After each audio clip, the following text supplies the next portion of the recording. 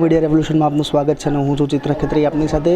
દર્શક મિત્રો, આજે આપણી સાથે ઉપસ્થિત છે અંશિકા ચૌધરી, જે E&I मिस इंडिया 2024 છે. तो आप अपनी जर्नी के पहले बताइए, जर्नी के बारे में पहले ब्रीफली. मैं मेरी जर्नी को दो भागों में बांट देना चाहूँगी. पहली वो, जब मैंने सोचा कि मैं मिस इंडिया के लिए तैयारी करूँगी, तो तब मैं सिर्फ 16 साल की थी और मैंने एक पैजेंट में पार्टिसिपेट करा था. तब मैं बहुत छोटी थी, कुछ भी नहीं आता था. फिर उसके बाद में मैंने एक स्टेट लेवल में पार्टिसिपेट करा. फिर उसके बाद में ग्रूमिंग करी, क्योंकि मिस इंडिया बनने के लिए कॉन्फिडेंस ज़रूरी है. कॉन्फिडेंस आता है जब आप खुद को शीशे में देखते हो और ख़ुद को सुंदर लगते हो, तो वो बहुत ज़रूरी है.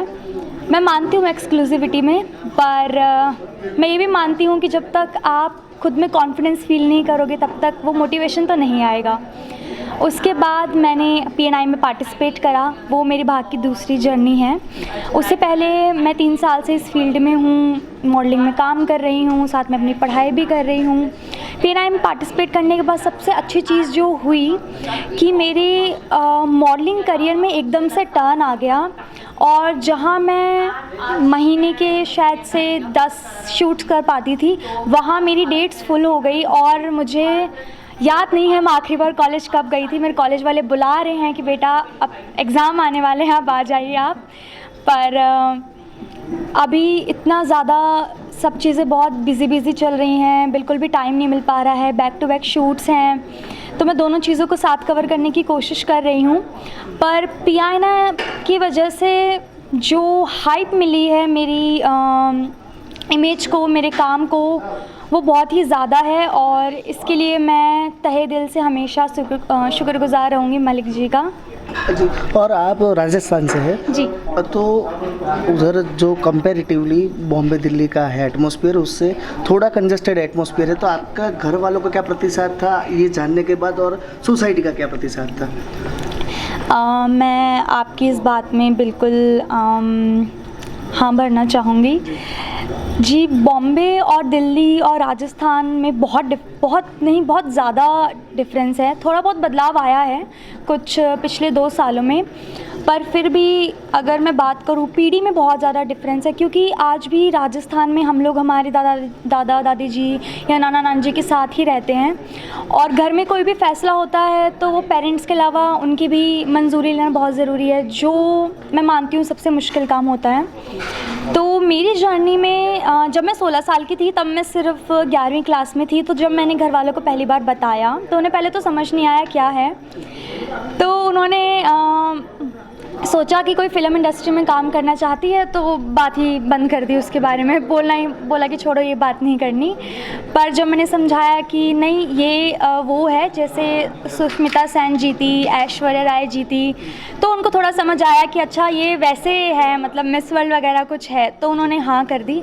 वो मुझे अंदर से पता था कि मुझे जाना उस साइड ही है, पर उनको मनाने के लिए थोड़ा झूठ चलता है. फिर उसके बाद में मैंने धीरे धीरे करना स्टार्ट करा. तो जब मैं शूट्स पे जाती थी, ऑब्वियसली मैं मेरे पापा को नहीं बताती थी, सिर्फ मम्मी को बता के जाती थी. और 5 बजे से 6 बजे से पहले घर आ जाती थी. लेकिन अभी जो मेरे लाइफ में बदलाव आया है कि मेरे पापा मतलब मुझे 11 बजे तक भी फ़ोन नहीं करते हैं. उनको पता है कि काम कर रही होगी. और जो फ्रीडम मुझे मिली है P&I के बाद से, वो मेरी लाइफ की सबसे बड़ी अचीवमेंट है, जो अभी भी राजस्थान में लड़कियों को नहीं मिलती है. मेरे साथ जो लड़कियां शूट कर रही होती हैं, उनके पेरेंट्स के कॉल्स आ रहे होते हैं कि 5 बज गए, 6 बज गए, 7 बजे तक तो 100 फ़ोन पहुंच जाते हैं. तो वो P&I के बाद से मेरे साथ नहीं है. और मैं कहना चाहूँगी बाकी लड़कियों को भी इतनी फ्रीडम मिलनी चाहिए जितनी मुझे मिली है. जी. और आपके घर वालों का पहला रिएक्शन क्या था जब आपने न्यूज़ दिया कि फाइनली आई वॉन? तो मेरे पापा को पता था कि फिनाले है. तो पापा को ऐसा लगा कि ठीक है, मतलब पहले 2 पेजेंट में मैं नहीं जीती थी, सिर्फ टॉप 12 तक थी. तो पापा को लगा था इस बार भी टॉप 12 होके परमानेंट ये सीरीज़ ही ख़त्म कर देंगे इसकी, और पढ़ाई पे ध्यान देने का बोलेंगे इसे. पर ठीक है, फिर मेरे घर से उस दिन लकीली मेरे मामा जी मामी जी आए हुए थे. और मेरी फैमिली से लगभग 8-9 लोग आए. तो उन्होंने पापा को कॉल करा जब मैं टॉप 5 में आ गई. तो मेरे पापा गवर्नमेंट ऑफिशियल थे, तो उनको ऐसा लगा कि ठीक है बस अब हो गया टॉप 5 के बाद में तो क्या होगा। तो जब टॉप 3 में आई तो मेरा घर फिनाले के यहाँ से बिल्कुल 1 किलोमीटर पे था। तो पापा स्पीड से आए देखने के लिए कि अगर ये जीत गई तो फिर ये घर वापस तो नहीं आने वाली। तो पापा बैठे थे साइड में, नहीं आज नहीं जीतना जी। फिर मम्मी ने बताया कि नहीं टॉप 3 में आ गई तो क्राउन तो मिल ही रहा है ना, मतलब जीत तो गई है। तो वो बाहर जाके बैठ गए कि चलो अब तो घर आके बात करेंगे। फिर जब पता चला कि मेन विनर ही बन गई और उसके बाद से आज तक शांत है कि ठीक है जो करना है करो। जी जी। होंगी मेरा कॉलेज महात्मा ज्योतिराव फुले है जयपुर में। तो मेरी क्लास में 100 बच्चे हैं, 100 में से 73 गर्ल्स हैं। तो मेडिकल फील्ड में आजकल लड़कियां ज़्यादा आ रही हैं देखा जाए तो, लेकिन जब मैं उन 73 के बीच में खड़ी होती हूँ तो मैं अलग ही दिखाई देती हूँ, क्योंकि उन लड़कियों में कॉन्फिडेंस की अभी भी बहुत ज़्यादा कमी है। ऐसा नहीं है कि अच्छी नहीं दिखती हैं या कम्युनिकेशन अच्छा नहीं है, बहुत बहुत अच्छा बोलती हैं, स्पीचेस में भी सबसे आगे है, पर वे कॉन्फिडेंस होता है वो अभी भी नहीं है। और जब आप एक ब्यूटी क्वीन बन जाते हो और आप वापस उस ऑरा में जाते हो, अपनी फ्रेंड से मिलते हो, तो उन सबका यही सवाल रहता है कि ये मतलब इसको कैसे करा जाए। मैंने बहुत लोगों को टिप्स एंड ट्रिक भी दिए, पर एक वो इंसान में चीज़ होती है कि उसके साथ बचपन से ही चलती आ रही होती है, वो उन लड़कियों में नहीं है। पर मैं कहना चाहूँगी कि धीरे धीरे वो लोग भी कोशिश कर रहे हैं। सोशल मीडिया आजकल हर कोई सोशल मीडिया पे है, हर किसी को रील्स बनाना है, हर किसी को आगे बढ़ना है, तो सब अपने अपने लेवल पे कोशिश कर रहे हैं। लेकिन सोशल मीडिया और जो बॉलीवुड है वो पेजेंट्री से बहुत ज़्यादा अलग है। पेजेंट्री में आपको नॉलेज बहुत ज़्यादा होनी चाहिए, आपको बोलना आना चाहिए, आपको पूरी दुनिया में क्या चल रहा है, कहाँ वॉर हो रही है, कहाँ केसेस ज़्यादा हैं, ये सब पता होना चाहिए। तो जब आप इस फील्ड में आ रहे हो आपको फुल पैकेज रेडी होके आना है कि ब्यूटी तो चाहिए, ठीक है वो तो इनबिल्ट सब में आती है, पर आप में ब्रेन है कि नहीं है, आप बोल पाओगे कि नहीं, जैसे मैं आपको एड्रेस कर पा रही हूँ वैसे कर पाएंगे कि नहीं, ये कॉन्फिडेंस आ जाए तो मेरे ख्याल से मेरी क्लास की मुझे छोड़ के 72 की 72 आ सकती है पेजेंट्री में। जी जी जी जी। 1 सेकंड कॉन्ग्रेचुलेशंस। जो विनर है वो किसकी विनर है वो बताइए और आपकी जर्नी थोड़ी बताइए। श्योर। नमस्ते, मेरा नाम संजना शेखर मंत्री है और मैं आपकी मिस इंडिया समिट हूँ। जो समिट इंटरनेशनल पैजेंट है वो 4 साल से बाकी कंट्रीज़ में हो रहा था, इस साल इंडिया होस्ट कर रहा है उस पैजेंट को। तो मेरे देश में बाकी सारे देश की अलग अलग क्वींस आएंगी, मैं बहुत ज़्यादा एक्साइटेड हूँ उनसे मिलने के लिए, इंडिया का कल्चर दिखाने के लिए। 2 दिन में pageantinnovation.com पे फॉर्म्स लाइव होने वाले हैं, तो मैं आप सबको कहना चाहती हूँ कि आप सब अप्लाई करें। जो भी गर्ल्स अप्लाई करती हैं, जो सेलेक्ट होते हैं, टॉप 3 के अलावा वो भी विनर्स ही कहलाते हैं मेरे मानने में। ये क्यों? क्योंकि पैजेंट्स आपको एक पर्सनालिटी डेवलपमेंट सिखाते हैं। किस तरह से आप जब एक रूम में घुसें तो सब आपके तरफ देखें, आपको जानने की कोशिश करें, ये पैजेंट्स आपको सिखाते हैं, जो कि लाइफ स्किल सिर्फ पैजेंट्री में नहीं किसी भी फील्ड में बहुत बहुत ज़रूरी है। जब अगर आप ऑफिस भी जाए तो लोग आपकी बात सुनना चाहें, ये पैजेंट सिखाता है आपको। And at pageant and innovation we make sure that everyone who comes here, you know, उन्हें अपना बेस्ट लगे। हम लोग उठे तो हमें लगना चाहिए कि हम अपना बेस्ट रेडी होके आज जाएंगे, and you know we are ready to conquer the world. जी। और आपका जब पहली बार आप P&I से कांटेक्ट में थे तो आपका एक्सपीरियंस क्या था, और जब प्रैक्टिकली आप वहाँ पहुँचे तो आपका एक्सपीरियंस क्या था? तो जब हमने फॉर्म में अप्लाई किया काफ़ी टेंशन होता है कि सिलेक्शन होगा कि नहीं होगा। पहला पड़ाव हमने किया, फिर मलिक इसानी थे और एक इंटरनेशनल जज थे, they will give you points, वो आपसे क्वेश्चंस पूछेंगे और आपको अपने आप को ऐसे बात करना है जैसे कि आप असलियत में हैं। When you show your real self, then you know people will understand आप कौन है, आपकी स्टोरी क्या है। और फिर सिलेक्शन होने के बाद काफ़ी प्रिपरेशंस होती हैं, एंड आई नो कि सिर्फ टॉप 3 को क्राउन मिलता है, बट यहाँ we say that every story is a crown. आपकी जो स्टोरी है, आपने जो फेस किया है लाइफ में, वो एक खुद में ही एक इनविजिबल ताज है आपके सर पे, जो आपको रियलाइज़ करना है और उससे आपको कॉन्फिडेंस आएगा लाइफ में कुछ भी करने का। जी जी। और उसके साथ साथ एक दूसरे विनर भी है हमारे साथ, उनसे भी आप बात करने का प्रयास करेंगे। जी, आपका नाम है? मेरा नाम है जाशनवी और मैं मिस गैलेक्सी इंडिया की टाइटल विनर हूँ। जी। और मैंने इंडिया को यूएस में रिप्रेजेंट किया था। Okay. फ्लोरिडा में अगस्त में हुआ था ये competition. On what regard? As a Miss India Okay. I went to Miss Galaxy. Okay. और मिस गैलेक्सी पैजेंट जो है वो यूएस बेस्ड पैजेंट है। जी। और उसका इंडियन टाइटल है अपना मिस P&I के पास। Okay. तो जो भी विनर रहेगी नेक्स्ट ईयर वो इंडिया को रिप्रेजेंट करेगी मिस गैलेक्सी पे। ओके।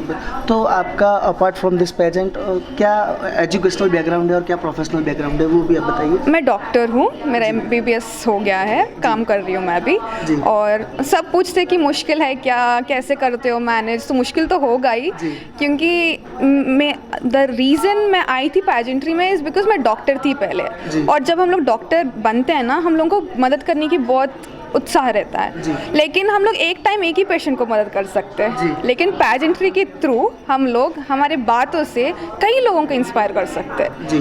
तो इसीलिए मैं मिस P&I को अप्लाई की थी, क्योंकि मेरे हिसाब से ना ब्यूटी इम्पॉर्टेंट नहीं है, जो अपना स्टोरी है। और जो जैसे आप लोग नॉट जस्ट विमेन, लड़कियाँ, ट्रांसजेंडर्स जो भी है, आप उनको कैसे इंस्पायर करोगे, आपकी स्टोरी वो लोग कैसे यूज़ करेंगे और वो लोग किसी और को कैसे अपलिफ्ट करेंगे। This is pageantry is about for me. Right. तो that is reason I choose Miss P&I। Okay. और इंडिया में टिपिकली दो प्रोफेशन है जो आदर्श है, या डॉक्टर या इंजीनियर। तो आपके घर वालों का क्या रिएक्शन था जब आप MBBS ऑलरेडी हो गए थे और बाद में आपने पेजेंट को परस्यू करने का विचार उनके सामने रखा था? ये ना मैं सेकेंड ईयर में थी जब मैं मम्मी को बोली थी कि मुझे जाना है ऐसे, तो मम्मी ऐसे हंस के बोली कि अपने लिए नहीं बना है, क्योंकि मैं ना उतना बड़े बैकग्राउंड से नहीं आती हूँ। हमारी मम्मी लेक्चरर है, बहुत लो बैकग्राउंड से आते हैं हम लोग, तो हम लोगों को जॉब करना है, हम लोगों को पैसे इकट्ठे करना है, सर्वाइवल पे रहना है, यही सिखाया था। तो जब मैं बोली थी कि नहीं हम लोग नहीं जा सकते, बहुत पैसे लगते हैं इस पे, ये सब मिसकंसेप्शन रहता है, तो मैं बोली कि आप एक काम करो, आप मेरे पे छोड़ दो, मैं देख लूँगी, अगर कुछ चाहिए तो मैं आपके पास आऊँगी। वो लोग ऐसे कभी नहीं बोले कि तुम ही खुद देख लेना, बोल के हमेशा मेरे साथ थे वो। तो मैं उनको बोली थी कि मैं देखूँगी और बस आपका सपोर्ट चाहिए मुझे। और 3 साल के बाद मैं मिस इंडिया बनी। जी। और how is the experience in US? US में जब मैं गई थी, पहले वीज़ा मिलना बहुत मुश्किल था। तो हम लोगों के पास सिर्फ 1 महीना था जाने के लिए। और जून एंड में हुआ था मिस P&I का फिनाले, और अगस्त 27 को था 17th को था finale in the US Florida में। तो हमारे पास बहुत कम टाइम था। और मलिक जो अब हमारा P&I के CEO है, तो वो लोग मलिक एंड उनका टीम पूरा from my costumes, hair and makeup, मेरा ट्रेनिंग और मेरा वीसा का इंटरव्यू मेरा मुंबई में था, मैं हैदराबाद में रहती हूँ। तो ये सब 1 महीने में करना बहुत मुश्किल है, लेकिन P&I ने किया, करके दिखाया। और एक और बात मैं बोलना चाहती हूँ कि मैं फर्स्ट मिस इंडिया हूँ मिस गैलेक्सी पे। आज तक कोई भी मिस इंडिया नहीं गई है मिस गैलेक्सी पे। तो हम लोग बहुत खुश है कि मैं बहुत खुश हूँ कि मुझे ये प्रिविलेज मिला। और अगले साल मैं देखना चाहती हूँ कि कौन बनेगी miss Galaxy. Congratulations two both of you, thank you. તો આજે PI9ની આખી જે વિનર્સ ટીમ છે, સાથે ઓર્ગેનાઇઝર છે અને સ્પોન્સર છે. સ્પોન્સર માટે એક વસ્તુ છે કે આટલા મોટા જે ઇવેન્ટ્સ હોય છે તેને ઓર્ગેનાઇઝ કરવા આર્થિક સહાય વગર પોસિબલ નથી. તો આ આખા જે પેજન્ટને આર્થિક સહાય આપી છે તે સ્પોન્સર સાથે પણ આપણે વાત કરીશું. જી, આપનું નામ? મારું નામ છે અમીર જમાની. જી, તો તમારો બેઝિકલી બિઝનેસ શું છે, કયા પ્રકારની કંપની છે, શું છે? બેઝિકલી અમારી કંપનીનું નામ છે AJ પ્રોપર્ટીઝ, અને અમે લોકો એક ઇન્વેસ્ટમેન્ટ ફર્મ છીએ. અમે લોકો રિયલ એસ્ટેટની અંદર દુબઈની અંદર ઇન્વેસ્ટમેન્ટ કરાવીએ છીએ. જે લોકોને એક ઇન્ટરનેશનલ ડેસ્ટિનેશન જોતું હોય પોતાના ઇન્વેસ્ટમેન્ટ માટે, જે લોકોને ડાયવર્સિફિકેશન કરવું છે પોતાના ઇન્વેસ્ટમેન્ટ માટે, તો એ લોકો માટે અમે એક રિલાયબલ સોર્સ છીએ. અમે લોકો દુબઈના મેજર જે ડેવલપર્સ છે એ લોકો સાથે અમે રજિસ્ટર્ડ છીએ, અને જે લોકોને દુબઈની અંદર અથવા UAEની અંદર પ્રોપર્ટી પરચેસ કરવી છે, અને અત્યારે બધાને ખબર છે કે દુબઈની અંદર અને UAEની અંદર રેન્ટલ્સ બહુ સારા છે, એપ્રિસિએશન બહુ સારા છે, ઇકોનોમી સ્ટ્રોંગ છે, અને દુનિયાના હરેક વ્યક્તિને આજે દુબઈની અંદર કંઈ ને કંઈ રિયલ એસ્ટેટની અંદર ઇન્વેસ્ટમેન્ટ કરવું છે તો એના માટે અમે લોકો એક રિલાયબલ સોર્સ છીએ અને અમે લોકોને હેલ્પ કરીએ છીએ ન્યૂ પ્રોપર્ટી પરચેઝ માટે, અને જે લોકો પાસે ઓલરેડી પ્રોપર્ટીઝ છે એ લોકોને રેન્ટ આઉટ કરવી છે અથવા રિસેલ કરવી છે એના માટે પણ અમે લોકો મદદ કરતા હોઈએ છીએ. તો તમે રિયલ એસ્ટેટમાં બેસિકલી કામકાજ કરો છો, તો પેજન્ટને સ્પોન્સર કરવાનો વિચાર તમારા મગજમાં બેસિકલી કઈ રીતે આવ્યો? આના માટે બેઝિકલી એક એવી વસ્તુ છે કે માર્કેટિંગ અગર મારે મારા બિઝનેસની કરવી છે તો તમે કેવી રીતે કરી શકો. તો આજે પહેલાં એવું હતું કે રિયલ એસ્ટેટના જે ડિસિશન્સ હોય છે એ ટ્રેડિશનલી વડીલો લેતા હતા. ઘરના જે વડીલ હોય, દાદા હોય, દાદી હોય કે એક મોટા પપ્પા હોય કે જે ઘરના મોભી હોય એ લોકો લેતા હતા. અત્યારે ન્યુક્લિયર ફેમિલીઝ છે અને યંગસ્ટર્સ જે લોકો કમાય છે એ લોકો અત્યારે પોતાના ડિસિશન ઇન્ડિવિજ્યુઅલી લેતા થઈ ગયા છે. તો ઇન્ડિવિજ્યુઅલી જે લોકો ડિસિશન લે છે તો એ લોકોને ફિલ્મ લાઇન છે કે ઇન્ડસ્ટ્રીઝ છે કે જ્યાં હાઇલાઇટ થતું હોય છે તો એવી ઇન્ડસ્ટ્રીથી એ લોકો ઇન્ફ્લુઅન્સ્ડ હોય છે. તો મારી વાત જો એમના દિલ સુધી પહોંચાડવી હોય, એમના મન સુધી પહોંચાડવી હોય તો મને એવું લાગ્યું કે હું કંઈક યુનિક કરું જેથી કરીને હું એ લોકોના મન સુધી અને એના જે વિચારો છે ત્યાં સુધી પહોંચી શકું. અને એના માટે મને એવું લાગ્યું કે ફિલ્મ ઇન્ડસ્ટ્રી પછી જો કોઈ એવી ઇન્ડસ્ટ્રી છે કે જે યંગસ્ટર્સને ટચ કરી શકે છે એ છે આ પેજન્ટ ઇન્ડસ્ટ્રી અને મોડેલિંગ ઇન્ડસ્ટ્રી. તો એટલા માટે મેં આ ફિલ્ડને પસંદ કરી છે મારી વાત લોકો સુધી પહોંચાડવા માટે, કે જેથી કરીને એ લોકો સાચું ઇન્વેસ્ટમેન્ટ કરે અને રિયલ ઇન્વેસ્ટમેન્ટ કરે. કારણ કે છે ને રિયલ એસ્ટેટની અંદર ઘણા બધા ફ્રોડ હોય છે. તમને કેવી રીતે ઇન્વેસ્ટમેન્ટ કરવું, ખાલી પૈસા લઈને કોઈ જમીન અથવા કોઈ મકાન લઈ લેવું એ રિયલ એસ્ટેટ ઇન્વેસ્ટમેન્ટ નથી. કારણ કે રિયલ એસ્ટેટ વન ટાઈમ હોય છે અથવા એની અંદર મોટી રકમ ઇન્વોલ્વ હોય છે. તો ક્યાંક એવી ભૂલ ના થઈ જાય જેથી કરીને તમે તમારી રકમને વેડફી નાખો અથવા તમે તમારો સમય વેસ્ટ કરી નાખો. તો આ મને એવું માધ્યમ લાગ્યું કે જેથી કરીને હું લોકો સુધી પહોંચી અને સાચી સલાહ એ લોકોને આપી શકું.